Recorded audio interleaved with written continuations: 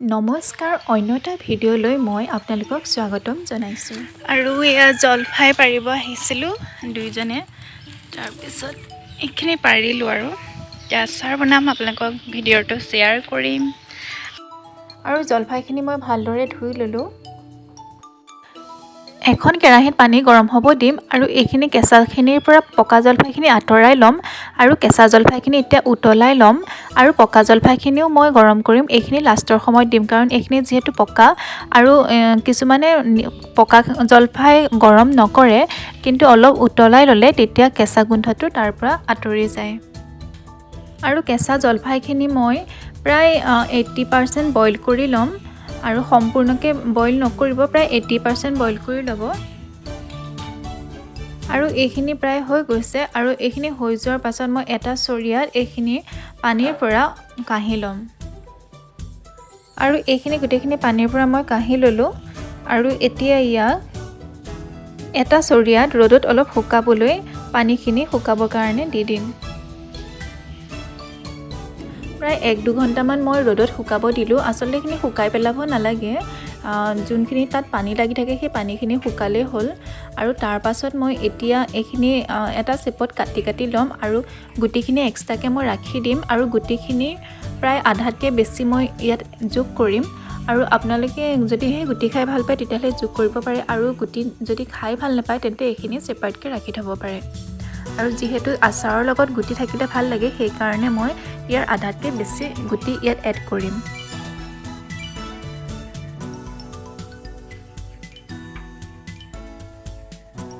আৰু এইখিনি এতিয়া কাটি হৈ গৈছে আৰু এই গুটিখিনি যে দেখিছে, ইয়াৰ মই আধাখিনি ইয়াত যোগ কৰি ল'ম। 2-3 চামুচ হালধি যোগ কৰি এইখিনি মই ভালদৰে সানি ল'ম আৰু এইখিনি ৰ'দত শুকাব দিম। প্ৰায় 3 দিন শুকোৱাৰ পাছত এইখিনি এনেকুৱা হৈ পৰিছে আৰু মই ইয়াৰ লগতে কেইটামান পকা জলকীয়াও শুকুৱাই লৈছিলোঁ। আৰু যদিহে ৰ'দটো টান হয় তেতিয়াহ'লে এইখিনি এদিনতে শুকাব পাৰে, আৰু ৰ'দটো টান নহ'লে আপোনালোকে 2-3 দিন শুকুৱাই ল'ব। আৰু এতিয়া এখন পেনত মই মছলাখিনি গৰম কৰি ল'ম। তাৰ বাবে লৈছোঁ 1 চামুচ মিঠি গুটি, 3 চামুচ গোটা জিৰা আৰু 2 চামুচ চফ, আৰু ইয়াৰ লগতে প্ৰায় 2-3 চামুচ মই বগা সৰিয়হ লৈ ল'ম। আৰু এইখিনি চিমত প্ৰায় 1 পৰা 2 মিনিটমান মই লৰাই থাকিম আৰু তাৰপিছত এইখিনি ঠাণ্ডা হোৱাৰ পাছত মই মিক্সাৰত গুড়া কৰি ল'ম। আৰু আপোনালোকে একেবাৰে সম্পূৰ্ণ গুড়া নকৰিব, 100% নকৰিব, প্ৰায় 60 to 70% নাইবা 80% আপোনালোকে গুড়া কৰি ল'ব। আৰু এই মছলাখিনি মই গুড়া কৰি ল'লোঁ আৰু যোনখিনি জলফাই মই শুকাই থৈছিলোঁ তাৰ লগত এমুঠি শুকান জলকীয়া আৰু 1.5 পৰা 2 চামুচ পাঁচফোৰণ দিম আৰু ইয়াৰ লগতে যোনখিনি মছলা এতিয়া মই গুড়া কৰি লৈছিলোঁ সেইখিনিও যোগ কৰিম। আৰু আপোনালোকক মই এইটো হিচাপ দিছোঁ প্ৰায় আধা কেজি জোখৰ জলফাই আচাৰৰ জোখত, আৰু আপোনালোকে যদিহে তাতকৈ কম বেছি পৰিমাণে আচাৰ বনায় তেতিয়াহ'লে আপোনালোকে এইটো অনুপাতত কম বেছি পৰিমাণে মছলা যোগ কৰি ল'ব। এখন পেনত মই অলপমান তেল গৰম কৰি ল'ম। এতিয়া ইয়াত মই প্ৰয়োজন অনুসৰি নিমখ আৰু হালধি যোগ কৰিম। যিহেতু মই হালধি আগতেও ব্যৱহাৰ কৰিছিলোঁ, গতিকে কম পৰিমাণে ইয়াত যোগ কৰিম। আৰু নিমখ মই আগত ব্যৱহাৰ কৰা নাই, আৰু যিহেতু আচাৰত নিমখো বেছি লাগে গতিকে আপোনালোকে অলপ বেছিকৈ দিব আৰু পৰিমাণ অনুসৰিহে দিব।